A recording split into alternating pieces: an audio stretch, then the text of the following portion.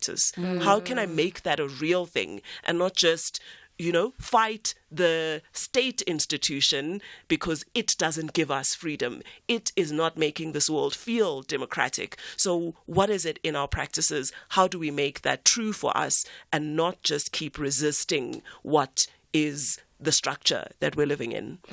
And this is why they hold such important space within, the art fraternity. My guest this afternoon. We're going to take a quick pause here as we get ready to get into the headline news. But of course, our lines of communication are open for you if you want to share a thought or a sentiment on this conversation and any of the conversations we have during the course of the day. You can always WhatsApp us on 061-410-4107. That is our WhatsApp line, or 086 0002032. We also live streaming on all of our social media platforms. So if you happen to be on social media right now, you can definitely check our handles at SAFM Radio across the three major platforms, that being, of course, Facebook, X, and Instagram. Thank you, Bridget. In your headlines, the two men arrested in Eswatini for the murder of Keenan aka Forbes and friend Tibello Tips Mutswane intend to oppose South Africa's application for extradition. Brothers Siabonga and Malusi Ndimande appeared briefly before the Manzini Magistrates Court this morning. Judge Nkosinathi Cili will rule next week on submissions made by the legal teams of the State Prosecutor Advocate Billy Downer and journalist Karen Mon to him.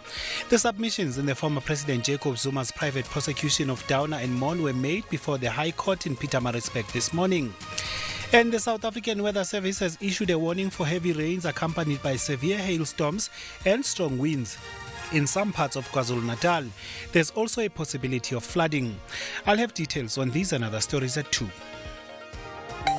Bridget Masinga on SAFM.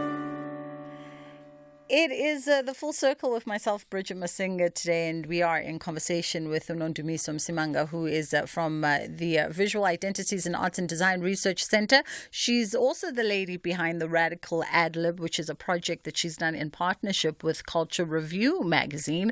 And it began really as a discussion on how to reflect on 30 years of democracy, and now being expanded to the rest of the year. And of course, we're also in conversation with Kamohelo Walaza, who is an independent curator, a writer, and creative knowledge researchers fellow for 2024. And she actually sat down in conversation with Dineo for an article that is featured currently on Culture Review, the online publication. And you said something, something that jumped at me about the importance, of interrogating the shift. And for me, that speaks to also giving space to new stories and stories that reflect who we are as people, particularly as people of color, 30 years post-democracy. And I wonder just exactly that. How important is it in a world that was not designed for us? Artists were always the creators. They were always black. They were always the visual, but they were never necessarily included in the conversations. And they were never really included significantly in the ecosystem of things. And as curators like yourselves and artists convene to harness new markets, to have new conversations, just the importance of that, of holding that space for blackness to matter in a world that otherwise consumed black creativity but didn't include blackness in the conversation. I